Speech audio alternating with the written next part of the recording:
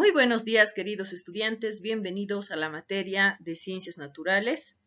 En esta oportunidad veremos la siguiente parte de nuestra unidad número 2, que titula La materia.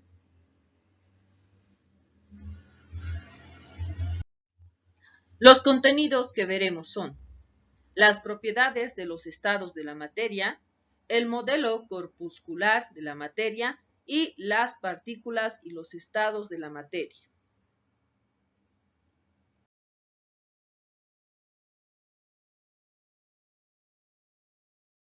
La materia tiene tres distintos estados, que son sólido, líquido y gaseoso.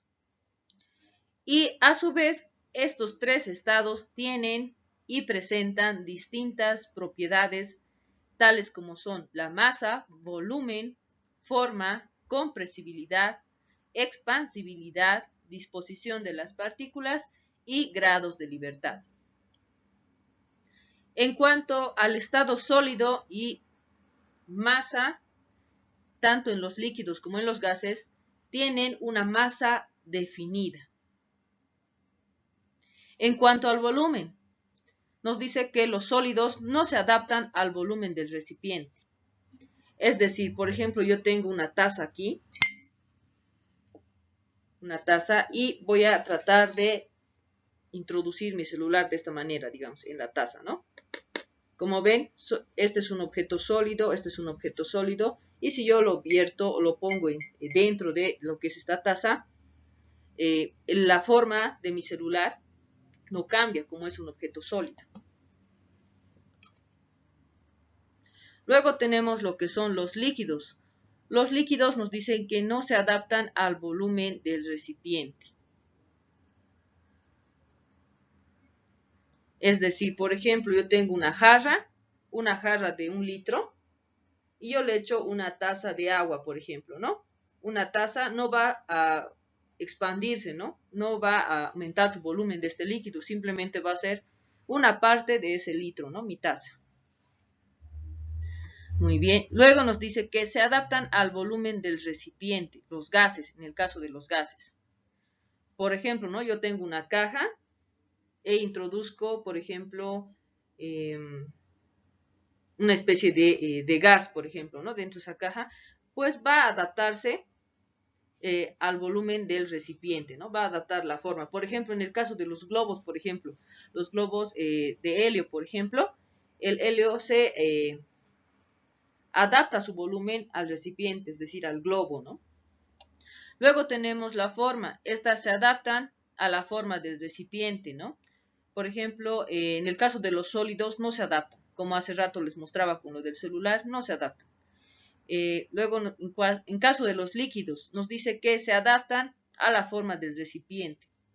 Esto es, ¿no? Por ejemplo, yo de un florero, por ejemplo, el agua lo vacío en una taza, se va a adaptar a la forma a la cual yo la vierta, el líquido. Luego, se adaptan a la forma del recipiente también los gases, como habíamos visto en el caso del globo, ¿no?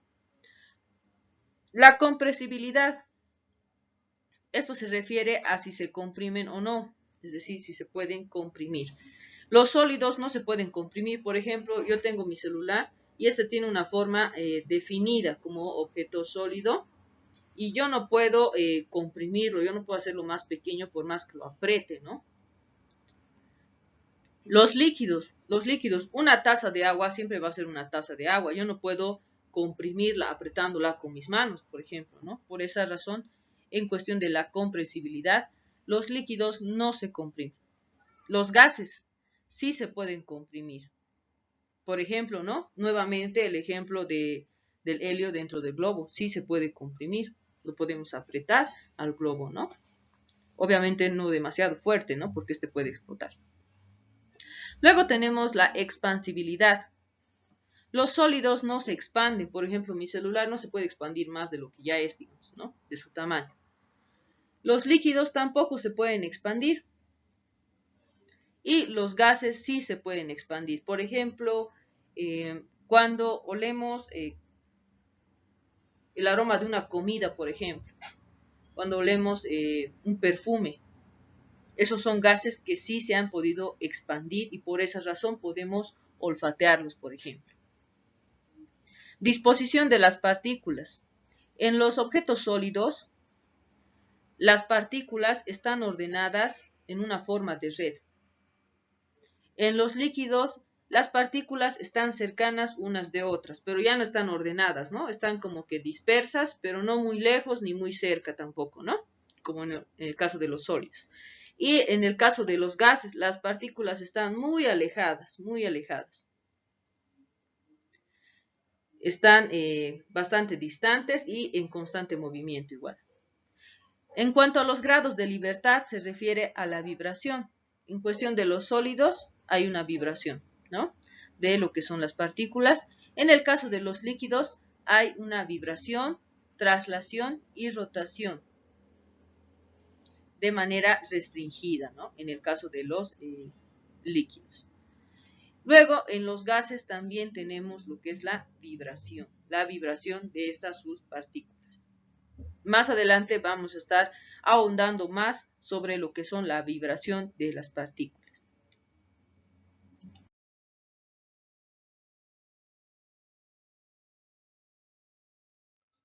El modelo corpuscular se refiere a la representación interna de la materia, ya sea que esté en estado sólido, líquido o gaseoso.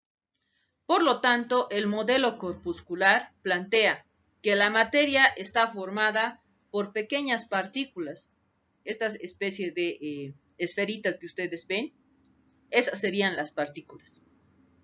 Y que estas partículas se encuentran en continuo movimiento. Por ejemplo, ¿no? Cuando pasa de un estado a otro. Entonces es que ocurre movimiento continuo entre las partículas. También nos dice que entre las partículas hay un vacío. Por ejemplo, ¿no? En el estado líquido podemos ver que hay una especie de vacío entre ellas. Y en el estado gaseoso también. Y es más abundante todavía este vacío. Luego tenemos que entre las partículas hay fuerzas de atracción. Esto depende también del estado. Por ejemplo, en el estado sólido, la fuerza de atracción entre sus partículas es bastante fuerte. Es muy grande la fuerza de atracción entre sus partículas.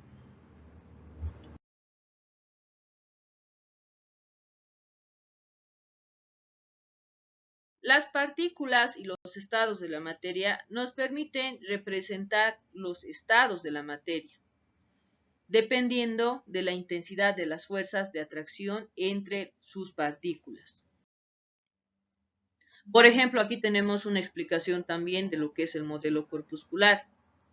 La materia nos dice que es un conglomerado, es un conjunto, por así decirlo, de partículas o moléculas que se pueden encontrar en uno de estos tres estados. Por ejemplo, tenemos acá el estado sólido, el estado líquido y el estado gaseoso. Como podemos ver, acá en el estado sólido hay una atracción muy fuerte entre sus partículas. En el estado líquido vemos que no hay una atracción, es escasa la atracción entre ellas y hay un vacío, ¿no? Hay un vacío entre ellas, espacios vacíos. Y en el estado gaseoso encontramos que hay bastante movimiento, muy poco o escaso se podría decir atracción entre las partículas y hay bastante espacio, el espacio es muy grande entre ellas. Nos dice también que estas partículas están en movimiento constante y a este movimiento constante se lo llama teoría cinética. Muy bien, queridos estudiantes, ahora vamos a realizar las actividades de nuestro libro en las cuales vamos a aplicar lo que hemos aprendido en este video. Un gusto saludarlos, recuerden cuidarse mucho, un fuerte abrazo.